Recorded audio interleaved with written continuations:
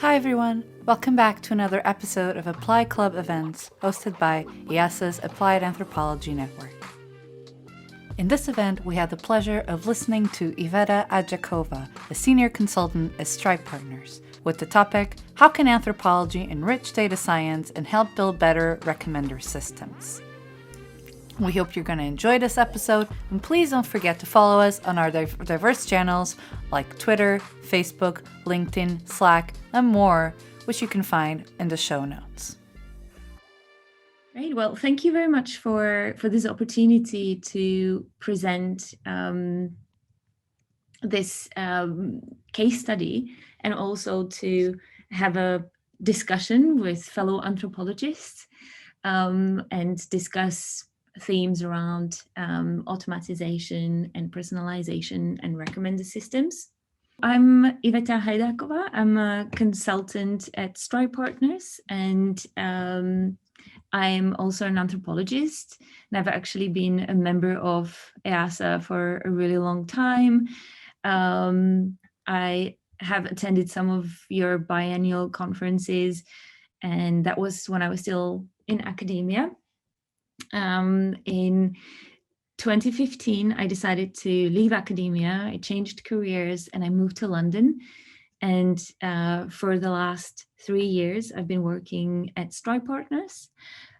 Stripe Partners are a research agency. We're based in London and we specialize in ethnographic research. At Stripe Partners, I've been lucky to work on some really exciting projects and with great tech clients and non-tech clients as well. And I'm really excited to be able to talk to you about one of these projects. So my talk today is based on this co-authored case study, which has been published and presented at the EPIC 2020 conference.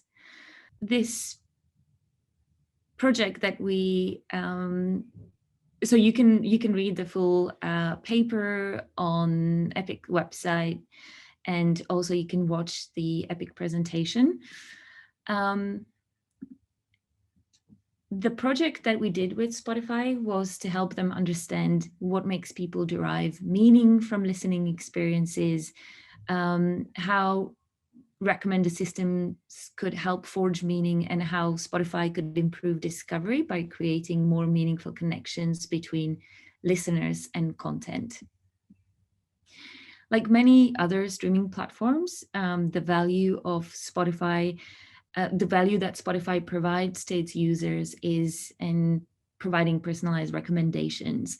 And for that purpose, it needs to harness a lot of data from millions of users.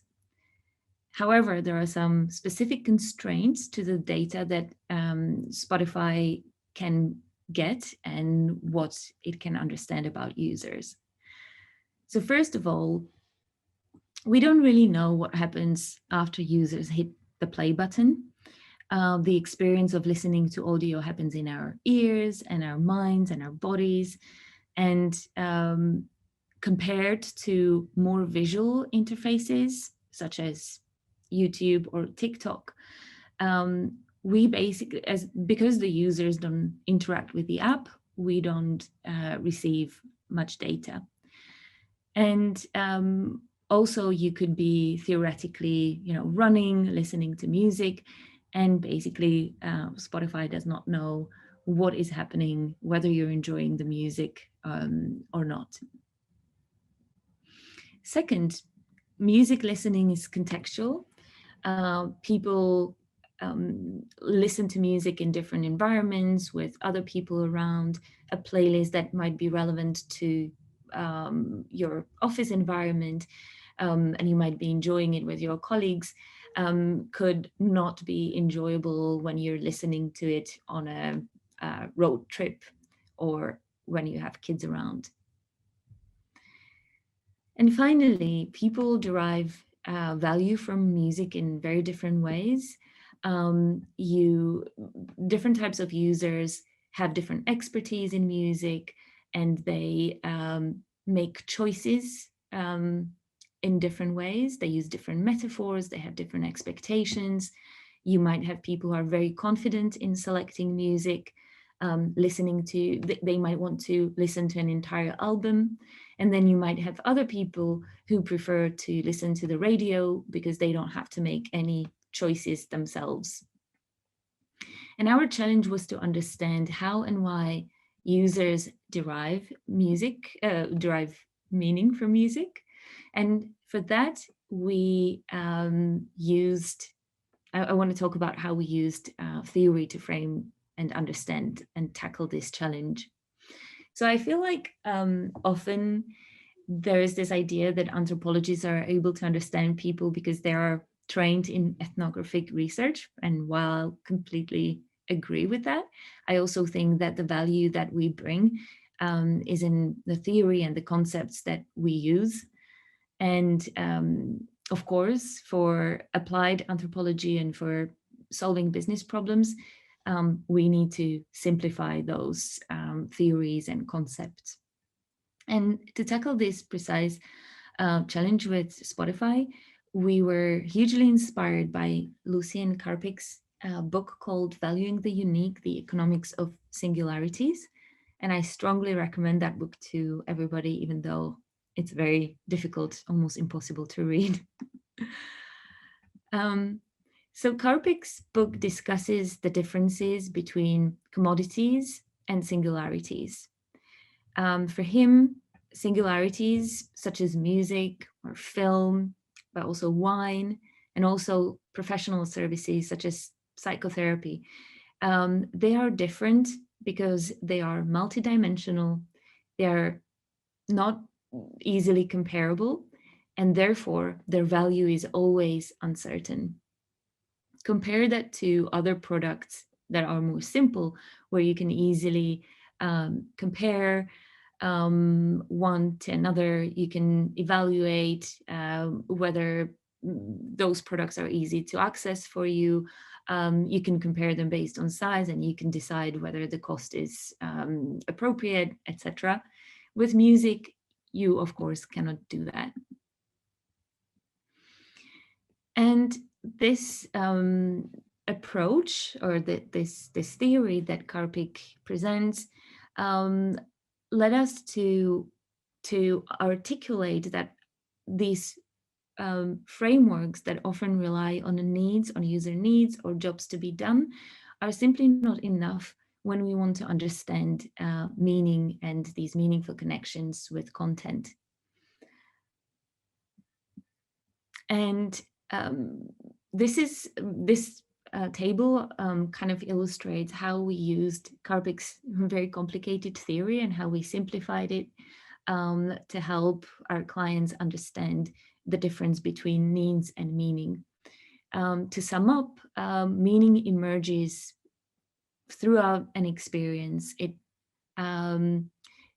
It's very connected to users' identity, and also it's judged by how relevant to that person it is, this experience, as opposed to simple consumer goods that can be judged on cost or how efficient they are, how easily accessible they are. Karpik still shows that even though singularities are very complex and their value cannot easily be assigned to them, they rely on, these markets of singularities rely on complex mechanisms that enables us to make decisions and make choices and to navigate this uncertainty. So in markets of singularities, as Karpik argues, we rely on what he calls judgment devices and trust devices. Judgment devices act kind of as guideposts. They provide cognitive support and opinion. So these could be, in case of music, these could be charts, for example, or personal or reviews, personal recommendations, etc. And trust devices Karpik says, are these devices that help remove or suspend uncertainty, and they often rely on much larger symbolic systems such as education or norms. So when it comes to music, to trust somebody's recommendation, to trust the recommendation of a critic, you actually rely on their education, on their experience, etc. And Karpik explains that this uncertainty about what is valuable, what is not, is a defining characteristic of these markets of singularities, and therefore requires a very different approach. He argues that in order for us to navigate these singularities, we actually need to juggle so much. We need to juggle discovery, interpretation, and evaluation of judgment devices themselves, of singularities themselves. We also need to constantly discover, interpret, and evaluate our own taste, and also our use of scarce resources. So what this means for recommender systems is that recommender system needs to become a better judgment device and a trust device, and needs to be able to perform this in an automated way. So this illustrates how we used this framing, this theory, to create a framework that could help identify what is meaningful to people, and also could help product team understand that in order to forge that meaning to people, they need to provide cues and proof points. Cues would be elements that help locate this meaning to a person, and proof points are these moments of validation. And we also, as part of our research, we identified these 9 experiences of meaning that people talked about. Some of them are related to, I'm not going to go into detail, but they're, for example, for some people, it is meaningful to be able to identify with a singer. For other people, it might be more meaningful to go back to like a personal memory. Another benefit of this theory, or another use of this theory, was to help. It helped us understand how people derive meaning from music, and how different types of users basically require different cues and proof points, how they require different types of judgment devices and trust devices. So no matter what audience segment people belong to, what kind of user they are, they still want to have that meaningful connection. They still want to experience music as meaningful. And this approach, inspired by Karpik, helped us identify 2 cultural models of engagement. And both of these are products of culture, and they are available to us. And what we identified is that people often switch between these different models of engagement. So we call them musical engagement and non-musical engagement. Some listeners geared towards this musical engagement, where music is the focus of their experience. They use and are very confident in using established cognitive tools, such as vocabulary describing musical properties or classification into genres. These users often rely on expert opinion, and they value uniqueness and originality. And then there's another type of musical engagement where the listener is the focus of the experience, where their personal memories, for example, are more important. And this type of engagement often relies on very fuzzy classifications. So not genres. Genres don't make sense to these users, but they often use classifications that are inspired by their personal experience. They are often more attuned to popularity and common opinion, and also they value and enjoy when when they sense proximity to the artist. So to give an example, um, we spoke to a listener who liked Beyonce, and the reason why she liked Beyonce was because Beyonce represented this archetype of a strong woman, and therefore the cues that might forge this, that might help her get meaning from Beyonce, would be precisely cueing that Beyonce is this archetype, represents this archetype. Um, These cues and proof points are very important for contextualizing music and for connecting to experiences of meaning. And it explains why for some listeners radio is really important, because on the radio you have hosts who will introduce a song. They will explain why that song is, what the meaning behind the song is. They might also um, explain the story around the music. And similar, YouTube is also full of cues, visual cues, but also you can see comments that people post. So it really, these other platforms can help users derive this meaning more easily. So the framework that we provided helped Spotify kind of use this for their new product development. And this is a quote from the other researcher that we worked with on this project. She said, new product prototypes are incorporating cues and proof points to help users connect with audio content that has meaning for them and are common across product areas now.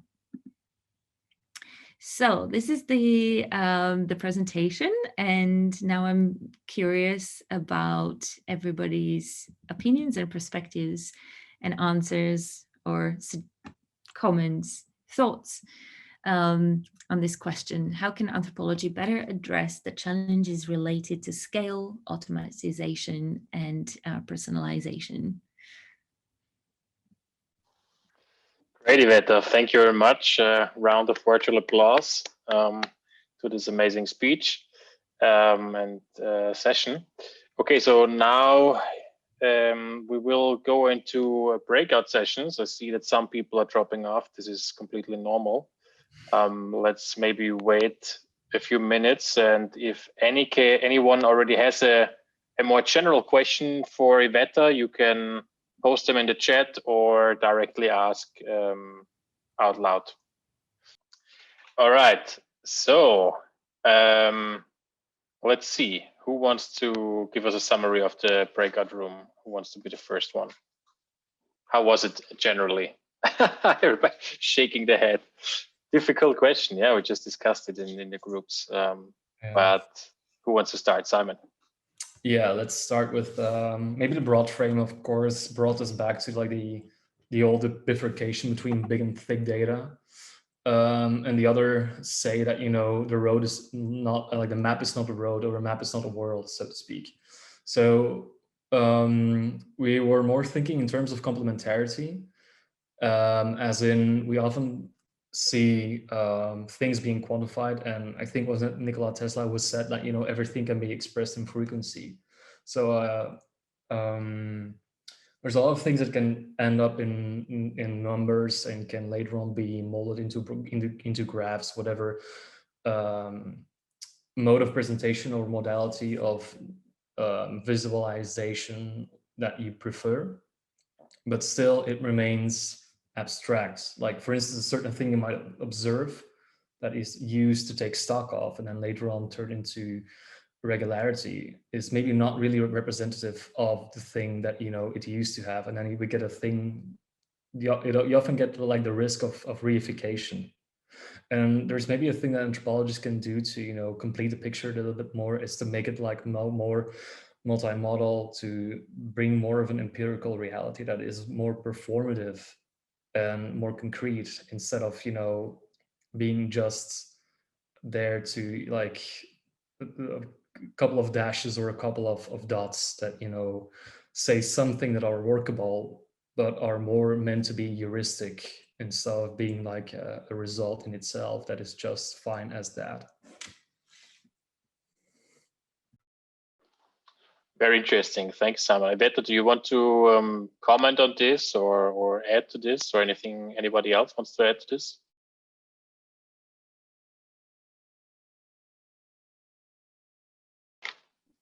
I'll have to think.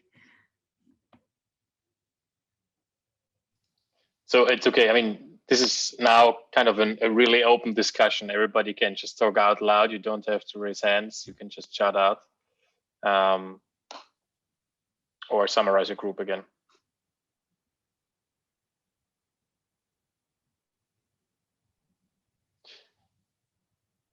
If nobody, I'm going to ask a question to Iveta back, because you asked us this question, right? So somehow you wanted to get sparing on this. What do you think are some of the kind of the big benefits on how anthropology can help automation or personalization become more, right? Yeah, so I kind of like, having worked in this space and having thought about like technology and automation and algorithms, I've become like equally fascinated, but also equally kind of concerned with what technology, how technology impacts some of our abilities, skills, etc. So one thing is this thing around needing cues and proof points to get to something that is meaningful to me is both fascinating, but it's also a little bit worrying, because with certain I feel like there's so much content these days, and it's all like so personalized, that I almost feel like I might lose my ability to know what I like in this huge yeah, in so much content that's offered to me and that always speaks to some part of me. Then how do I really figure out what it is that I want and what is meaningful to me?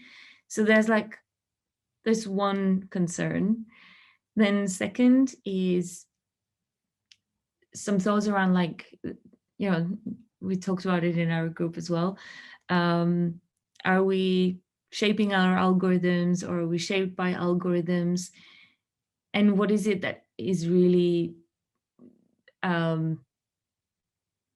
mean, what is our relationship to algorithms? Like, if I'm listening to music and my listening habits are feeding the algorithms, and I'm providing some value to the recommender system, but I have no control over it, it's almost like the scale is so huge that I just don't even know what I'm doing, how it impacts me. And finally, there's this thing that I've been thinking about, and it's inspired by this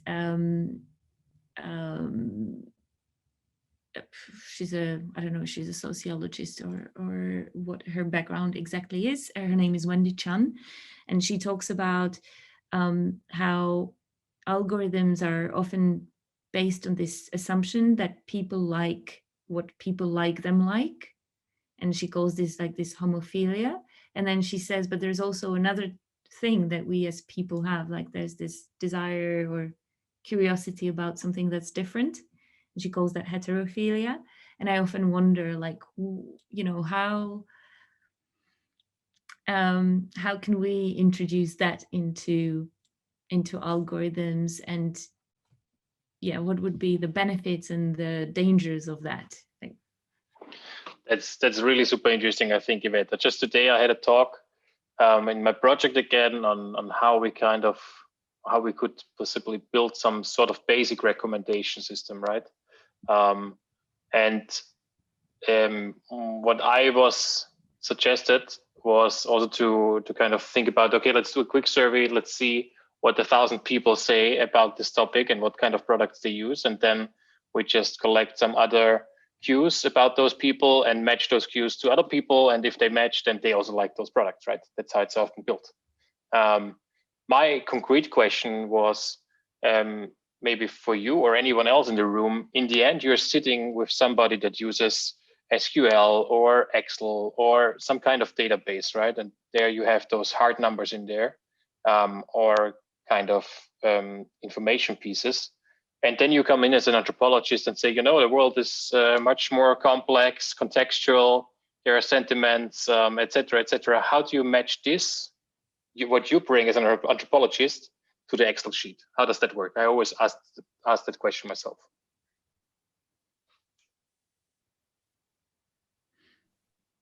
So I think you. Sorry, go ahead. Go, Amit. I was just going to say, add that, I'm just going to say that from a point of view of influencing, using the data to a room of engineers, if I'm understanding your question correctly, Marcus, it's the stories that, you know, we bring in, which need to be like really convincing and show how people actually work in the real world and think in the real world, which really then makes people change their hearts and minds about the Excel sheet. You know, it's like, as long as we talk in terms of numbers, it doesn't transform. But when the people stories start coming in, then it causes that shift to happen. So it make people think things in a different way than just looking at the numbers. That's my take and experience on that. Okay, cool point. I mean, I completely accept this point, right? But I'm also going to challenge it.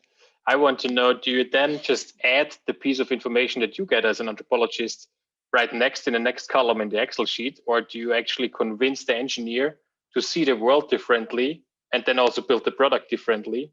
And if this is the case, I wonder, how do engineers all of a sudden build products differently? It's the second one. Like, it doesn't stop after you show that video or after you show that finding. You have to be constantly working with it, making it stick. Because you're right, like, engineers are going to keep building products they want to build because they're cool to build, you know. But till you start making them think differently, so it involves making the organization think differently using those pieces of data, right, which makes that change. And it takes time. It does not happen, you know, in one half or the second half. It can take, like, you know, a couple of different halves to get to that point. Okay, so if I understand it correctly, and maybe this is again engaging every one of you, all of you, or maybe also especially Iveta again in the case of Spotify, does that mean also with Spotify you are actually you actually forced or evolved a change process within the company rather than within a very specific project or prototype building process, etc.?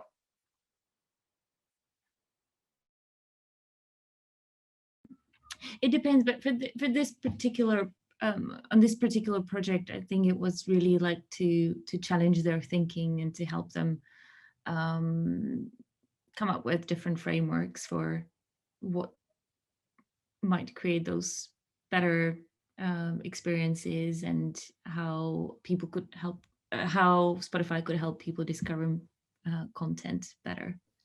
Mm-hmm. So that means at Spotify they now look for different data now. Is that correct? Well, I can't really speak for Spotify, so I don't know. But if you watch, yeah, I think I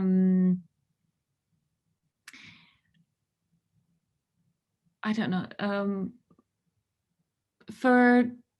There are some products that are inspired by the insight here, and I think Deb talked about it in that Epic conference. But yeah, I don't want to like really get in there because yeah. Okay, fair enough. All right, any other questions, comments? Iveta, I would like to say that at least I see one of the things that the two models that you mentioned.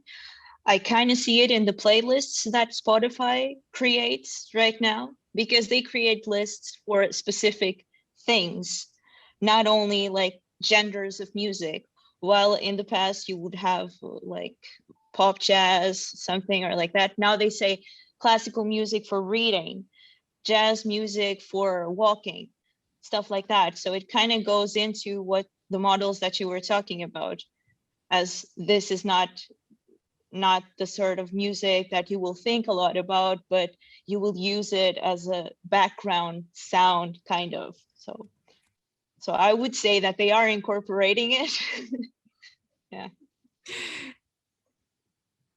Yeah, as agency, you know, we get involved in the research, and I can't really talk about what happens after.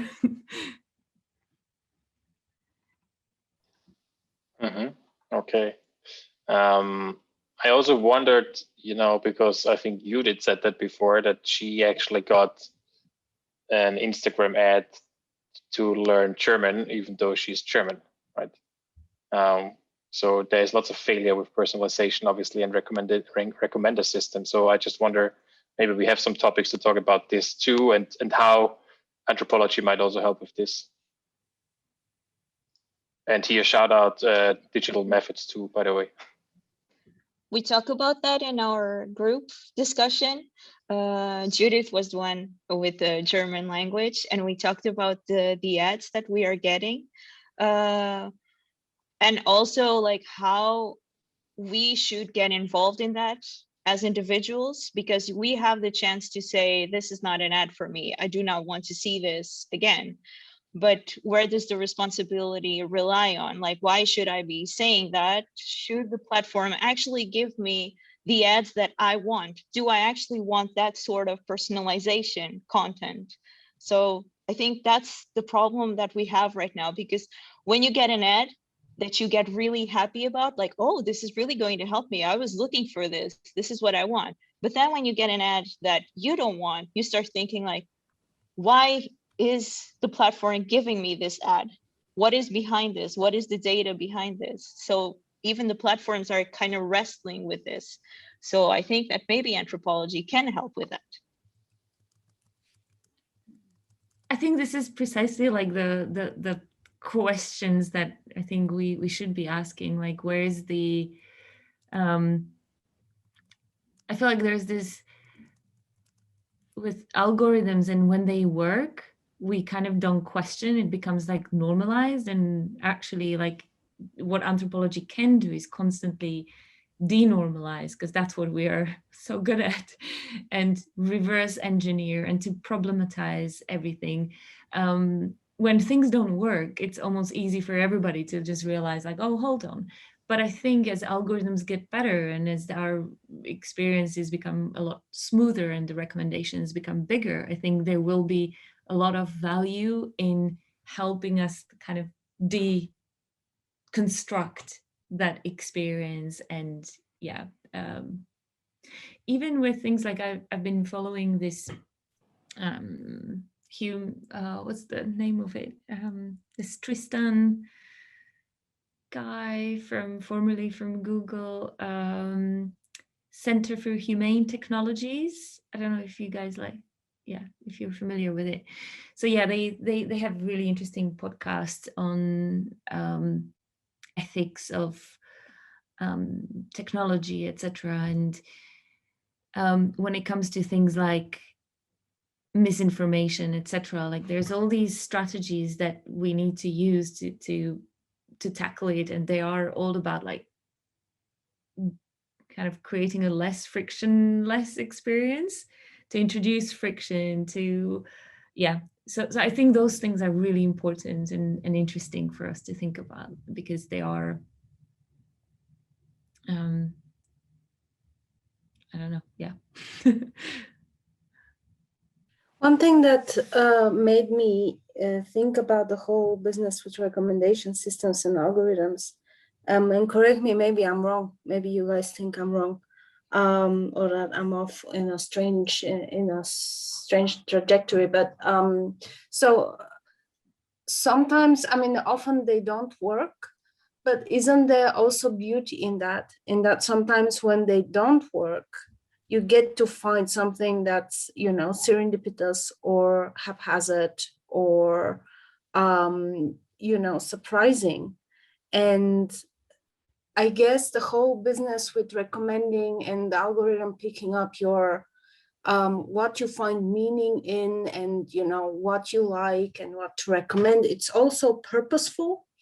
And on the other hand, I wonder sometimes what is lost in the other side, where you find yourself exposed to really strange content just because the algorithm was broken, but you kind of love it. And now you found, you know, something new to fall in love with, or, you know, whatever. So yeah, that was just going through my mind. And then of course, you know, in the context of you have to, because I would say serendipity is very central to anthropology. We very often stumble upon things and it's very generative, right? And it's also an interesting process when you are thinking about meaning generation and meaning making. And then the question that I would ask to that, given that we are talking about Spotify, I think my connection is really unstable and I have to apologize. I don't know if you guys can hear me. We can. It's a bit laggy, but it works. Is there a business model that Spotify is, or you know, whatever platform is out there, that they're missing out in making things so purposeful and so perfectly engineered for purpose, that they're missing out on all these other things here, right? Like negative space. You know what I mean? Well, I think that there's also a question of what people are doing to break out of their own taste.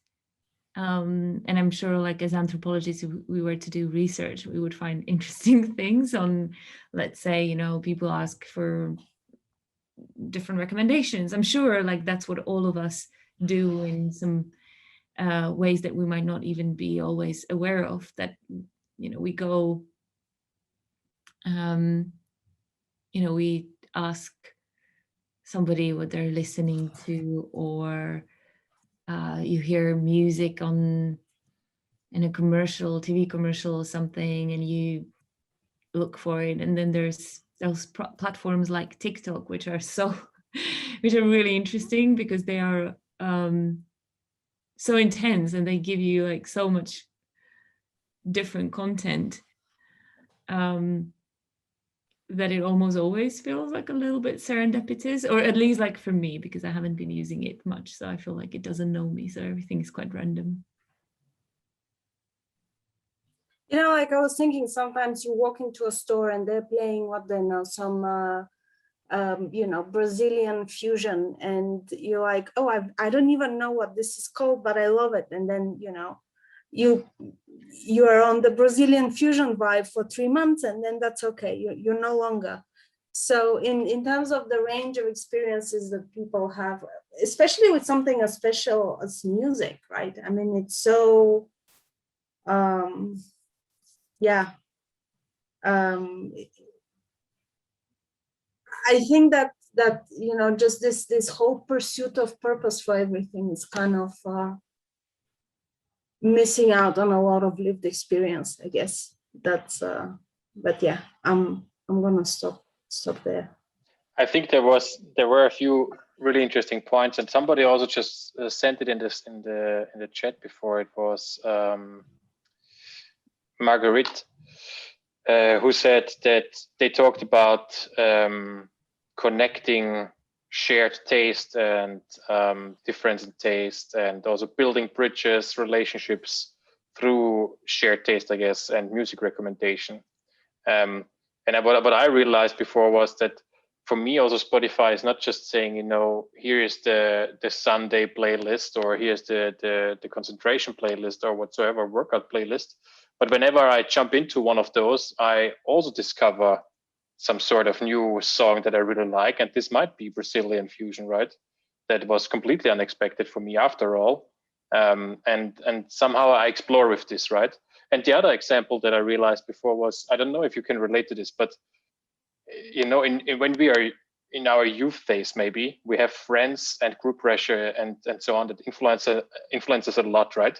For example, I all of a sudden found myself listening to music I hated before, right? Just because my friends loved it. And after a while, you listen to some songs and you get it, you understand what it's actually about, and you listen to the kind of unique cues in the songs that make it special. And all of a sudden you like it. And you have a group of friends that like the music and really appreciate it together. So even there, you kind of find new things that were completely unexpected for you. And I think somehow this is still also happening on Spotify today. So I'm not sure if the recommendation then is good, recommending me all the same, always the similar songs to me, or whether the recommendation should also kind of throw in some sort of extravagance every now and then, right? I think often algorithms do use these elements of weirdness or something unexpected. I think that's part of them, but I'm not an engineer, so I don't know, but I think they do that. Oh, really? So because some people, Silvana, you nodded your head, right? Yeah. So algorithms usually already throw in on purpose some kind of outlier. I think that might be part of the AI, artificial intelligence, that's already programmed in, to simulate, that outliers are put into kind of that's what artificial intelligence, but it does also, it does it on a pattern. So we're still within the pattern, So anything, whenever we do automation, it will always be on some sort of the basics for it all. It will be frequency, no matter what, right? And if I throw in the outliers on a frequency basis, right? If I programmed that before. But I actually wanted to say something else. I mean, listening to you guys, what we always have to remember, whether we analyze our multitudes of data and how in whatever form they come in, or whether we are a Spotify customer, we have choices. So what Spotify does, it gives us something based on whatever pattern, and now they have new ways of creating patterns and making recommendations. I can decide, whoa, that's interesting, but basically show it the finger and say, I'm not following it. I mean, actually because you suggest something to me, I'm doing something completely different. And for us as scientists, when we analyze our data, basically all these various forms, whether it's text analysis or using algorithms to find patterns, or looking for the thing that isn't there, all of these multitudes, they help us to see yet something else. And that being open to seeing yet something else, that's our choice, and that's our humanity. And so I wouldn't be worried about a thing in this respect. I mean, all these different new methods, they give us yet another way to see. Do we want to see it? Or do we want to then say, hey, that's interesting, but now because of that, I'm turning around. And, I'm saying that to Iveta because you basically posed the question, what am I gonna, how am I gonna, that fear that I often experience, am I basically directed by the algorithms, or am I directed by the pattern, or by something else tricking me? And I think we always have the choice. I think you always do have a choice, but it can also be engineered, and you can be helped by that experience. So, for example, somebody at the same panel that I was presenting this EPIC was talking about their own kind of experiment that they did. So he started. He created a database of all the books that he's read, and then. Are you frozen? Hey. Iveta has like Yeah. a long one. Let's see if she comes back. Maybe not. That's unfortunate in the middle of the story. Right. In the meantime, I wanted to say, Christina, I understand you that you say we usually have a choice, but I also worked for 2 years on self-driving cars or automated cars. And then you also have situations where you might not have a choice based on the recommender systems, right? And how the whole algorithm works. And the other thing is, obviously, many people or scholars have studied and written about how much even micro impressions of commercials do influence us, right? So even with that, I wonder how much choice is our choice in the end still, or is it really just building up? I still don't know myself, to be honest, but I'm looking forward to hear your opinion on this too. Maybe this is probably my illusion of having a choice. I want to. You do have to consciously exercise it. It is probably a mindset, and but yeah, if I don't look it straight at it, that or in other words, I have to realize how much all this data manipulates me. I think one of you guys said, I forgot who, but I think you were, Marcus, that you've been influenced by your friends. I mean, we've experienced that as teenagers, that we sometimes didn't feel we had a choice, because we wanted to be loved and we wanted to be liked, and we didn't have a choice. We thought there was no choice. I had to look like X, otherwise I was not a good person, whatever else. You fill in the blanks, right? I mean, we've always been in situations where we think we are manipulated by the outside, and now more than ever, that I certainly give us all. We are more now. It's much harder than ever before to basically make room to hear your own voice, or to hear yourself, or to and a lot of these things only are possible if you basically schedule yourself. Some people call it meditation, some people go for a walk or whatever else, but where you consciously say, okay, now I'm trying to have a break from it all.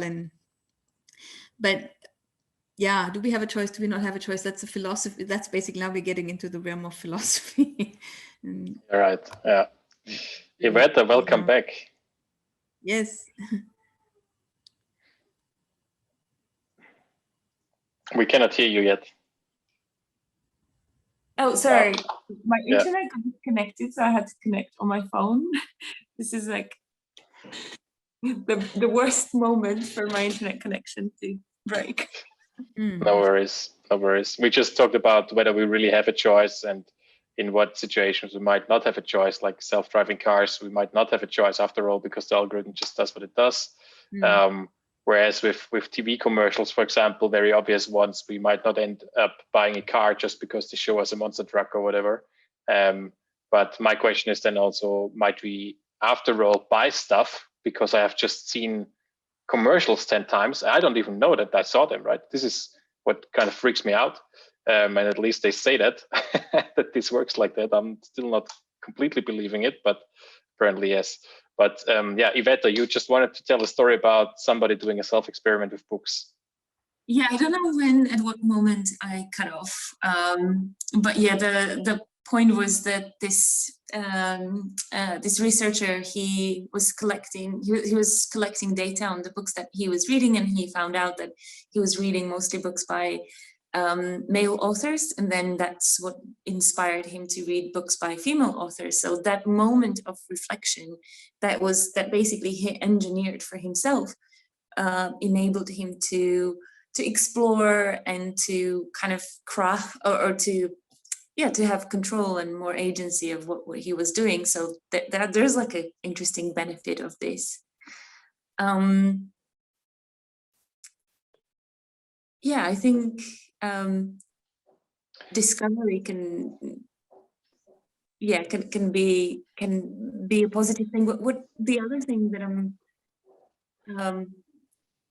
interested in is understanding like what the implications are of discovery happening really fast, and us not being able to even think like, what do I want to read, what do I want to listen to, and yeah, when things get really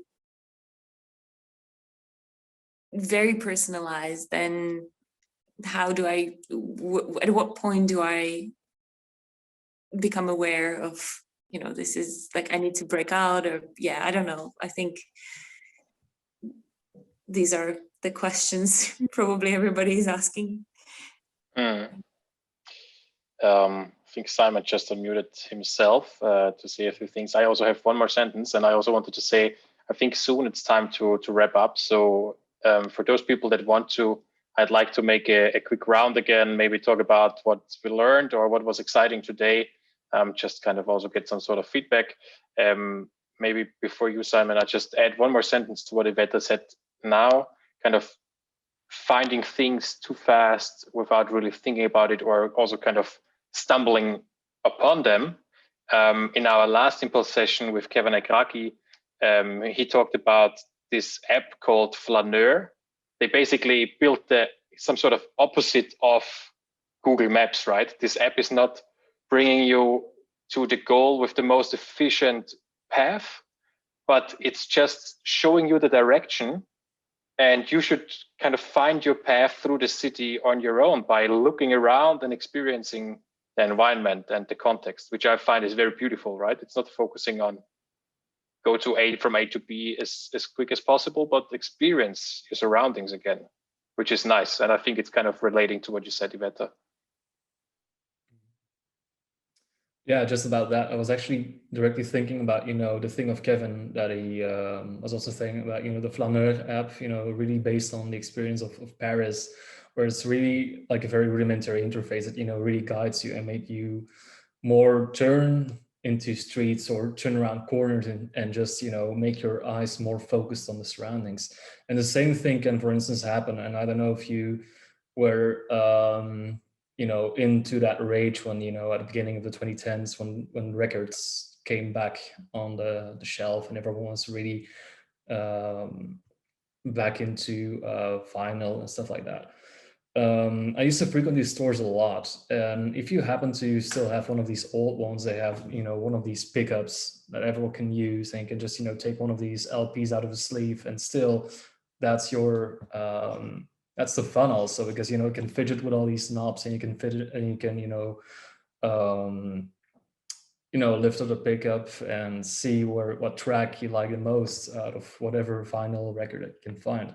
So I was just thinking in, you know, two old terms as well in philosophy. That's positive and negative freedom. You can still say, okay, there's positive freedom in algorithms. They offer you something and you have freedom towards something, this real offer that you can choose from. And there's also the negative freedom that is freedom from, or, you know, it's more of the thing that, you know, you choose your own path away from something and not towards something.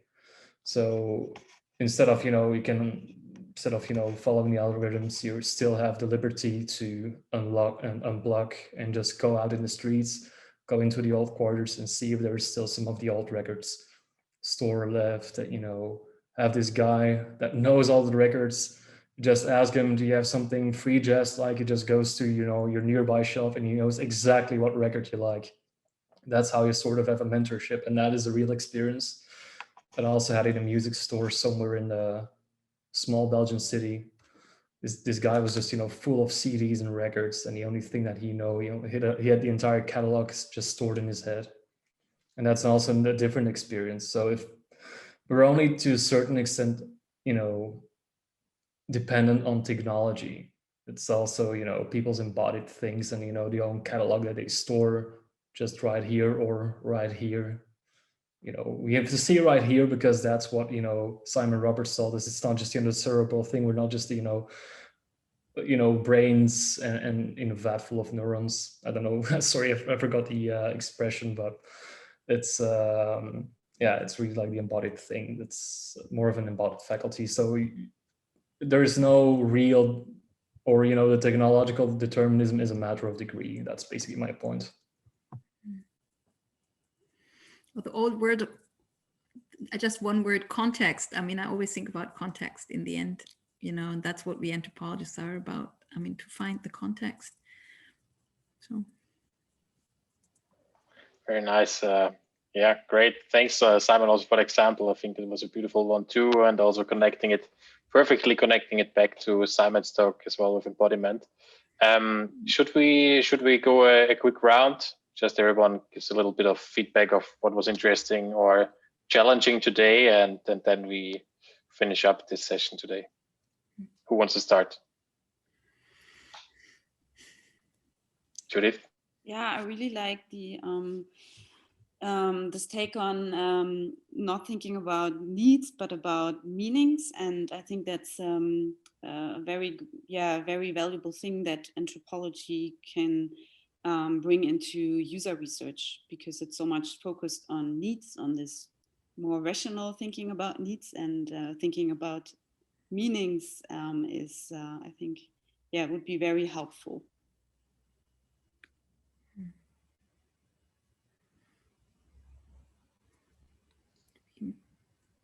Okay, who's next? Silvana, when you want to go? I'm thinking of so many things at this point.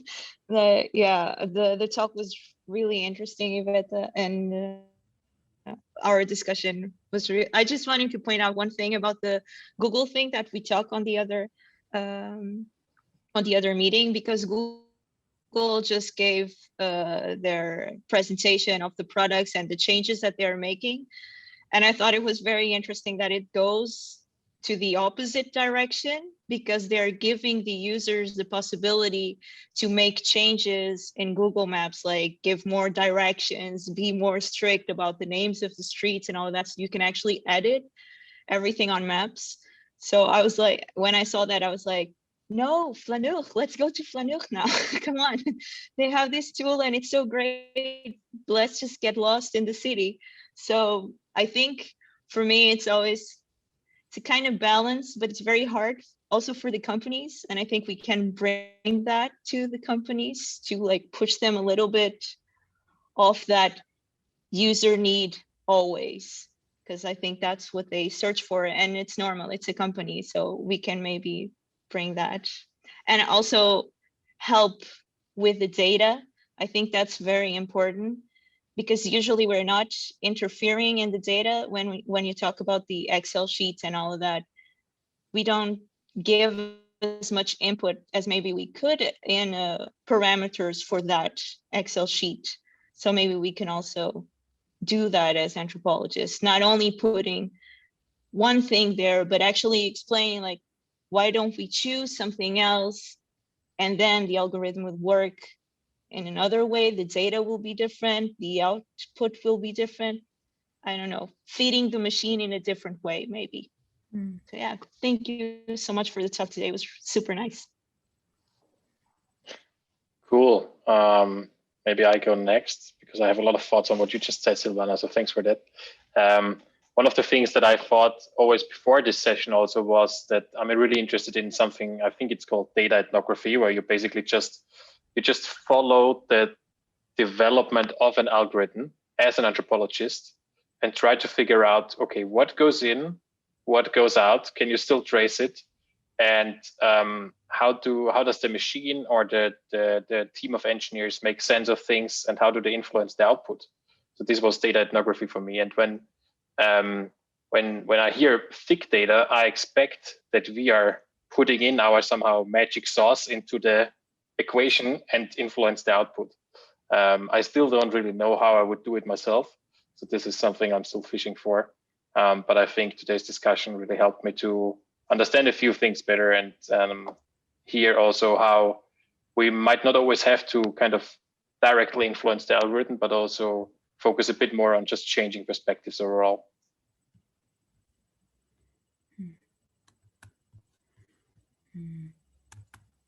Laura?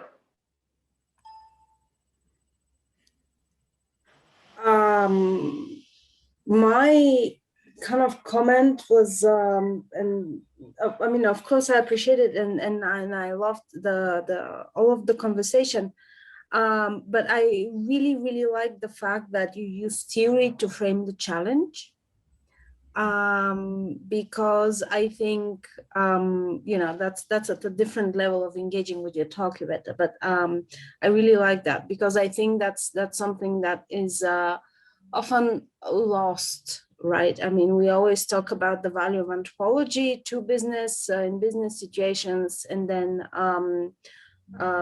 it's always about the method, but there is this wealth of theory that we could bring to the table that really does help with how do we ask the questions, how do we frame the problems, how do we really even challenge our customers. So that was something that that I really enjoyed about also the structure of your entire approach to that client and that project. So that was inspiring. Cool. Christina? Yeah. I'm on. Yeah. Yes. Thank you, Iveta. That was my thought exactly. Wow, theory, awesome. So thank you for that, and also thank you for reminding me that sometimes I should challenge myself, go on some paths that I usually don't go. You know, because that's what really the whole discussion brought out, how easily it is to come up with yet another fancy way of recommend something to me without pulling the wool over my eyes, without me even knowing, being, you know, introduced to some new things, and yet it is somebody else directing me, and that I need to be vigilant. So thank you. Cool. Taylor, anything you want to say? Just interesting to have a bit of a different approach, even looking at something like that Spotify that you use every day, and you don't really think about how the algorithm can how it can shape your music and how it can how you even interact with the app itself. So I found that really interesting, and I also really appreciated the fact that you used the theory and that having that visual and just kind of seeing how the different types, how people listen to music, so people who are more interactive versus it's in the background, and how that can have an impact on your music choices, your everyday life. So that I found really interesting, and it actually got me looking at the algorithm piece, how it's interesting personally when there's recommendations. If there's a recommendation for me, I ignore it. I don't like it. I don't like the AI aspect, and I just think it spooks me more. So it's interesting getting everybody's thoughts and opinions on the algorithm piece as well. But I found your presentation absolutely fascinating. It's got me really thinking about a few different pieces. So thank you. Nice. Nana, do you want to say something? Teresa, I think you're still only writing, right? I've just been listening mostly. It's really cool. Like, I think music has a lot of, like, I don't know, like, future potential, maybe for lack of a better word, in general. So, like, I just want to say this talk was really, like, cool. Like, I can see, like, this research being, like, expanded, like to make like anthropology of like modern music or something like that. Sorry, it was just like a very general comment. Like, everything else everyone's saying sounds really chill. Okay, cool. No worries, Nana. Okay, Simon, last sentences, and then the very last word to Iveta, where I also want to hear what you learned out of the discussion today.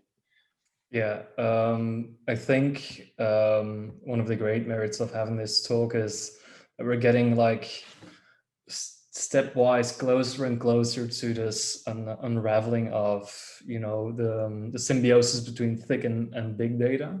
So for that reason, I think it's great that we have, you know, encountered these terms of regularity and scalability as, you know, part of how these can, you know, be sutured by these two categories, so to speak. So I think for that reason alone, it was a very useful talk that you provided us, Iveta. Many thanks. And I'm also going to put the question of today in the Slack group of the Applied Club, so people can, yes, Marcus approves, nice.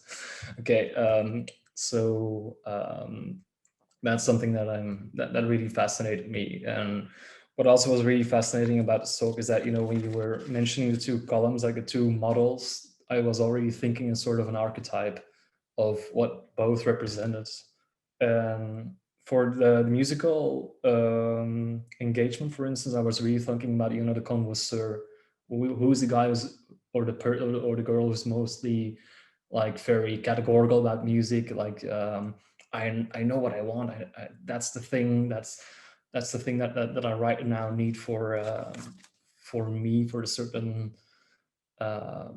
there's more like a more tight feedback loop, and then the other one is more like, the thing ingrained in performance. So it's really useful to see, how it makes you think about different things, and how it's again like still has a very performative frame, even though we're sort of contributing to